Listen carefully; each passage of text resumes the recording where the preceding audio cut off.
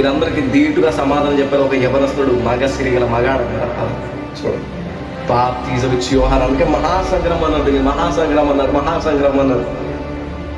ఆ రోమ సామ్రాజ్యం ఏదైతే ఉందో, ఆ రోమ సామ్రాజ్య న్యాయవిధులకి కట్టడాలకి లొంగిపోయి అనగారిన జీవితాలు జీవిస్తున్న ఆ ప్రజలకి, అధికారులకి ఎదురిచ్చి లంచం తీసుకోకండి రా.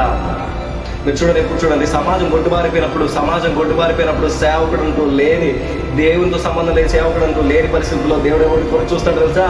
నిష్ఠాగరిష్టలు కలిగిన వాక్యాన్ని వివరించి ఉన్నట్టుగా చెప్పి ఒక దీన పేద ఎవరసల గురించి చూస్తాడు. వాడి శరీరం బాలేకున్నా, వాడి ఆకృతి బాలేకున్నా, వాడి రంగు బాలేకున్నా దేవుడు మరి చెప్తున్నాను, దేవుడు వాళ్ళే అనుకుంటాడు.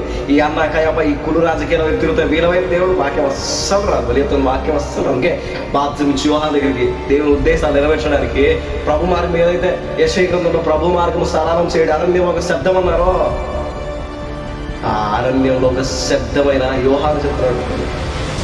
అందుకే చూడండి యోహాను గారు రాలేదు, అరణ్యంలోకే ప్రజలు చెప్తున్నాను. వాక్యం విలువలతో కూడి చెప్పే చెప్తున్నాను, వాక్యం విలువలతో చెప్పే యవనస్తుల సంఘాల్లో ఉంటాయి, వాక్యాన్ని ఉన్నట్టుగా చెప్పే యవనస్తుల సంఘాలు ఉంటాయి. మీకు చెప్పాల్సిన అవసరం లేదు, వస్తారు. వాక్యం వెతుక్కుంటూ వచ్చే ప్రజలు ఉంటారు. చెప్తున్నాను, సరిగ్గా నిష్ఠాగరిష్టలు కలిగిన జీవితంతో వాక్యం సరిగ్గా సంధి కుదిర్చి క్రీస్తు అనే రాజును కేంద్రంగా మార్చి చెప్పగలిగితే ఎందుకు రాదు ప్రజలు? పనికి మన రాజకీయ ప్యాకేజ్ పట్టుకుని ఇష్టానుసారమైన బోధనలో చెత్తను చెప్తున్నారు. దేవుడు సంఘటించి ఇష్టానుసారంగా చెత్తను బోధన చేయడానికి కాదు. ఆ రోజు అన్నకాయ ఇదే చేశారు, మన రాజకీయ ప్యాకేజ్ పట్టుకొని పనికి మన సంఘంలో వదిలేసి, సహవాసంలో వదిలేసి, ధర్మశాస్త్ర ఉపదేశకులైన వాళ్ళు కూడా సొంత మతాలుగా మారిపోయిన తర్వాత మహాసంగ్రామం ఎదుర్కోవాల్సి వచ్చింది. వీళ్ళందరూ మహాసంగ్రామం ఏది? యోహాన్ని ఎదుర్కోవాల్సి వచ్చింది. మళ్ళీ చెప్తున్నారు, దేవుని ఉద్దేశాన్ని నెరవేర్చడానికి దీన పేద ఎవరు దేవుడు వాళ్ళు ఎన్నుకుంటాడు, నడిపించుకుంటాడు. దేవుని ఎంపిక ఎప్పుడు ఎలా ఉంటుందో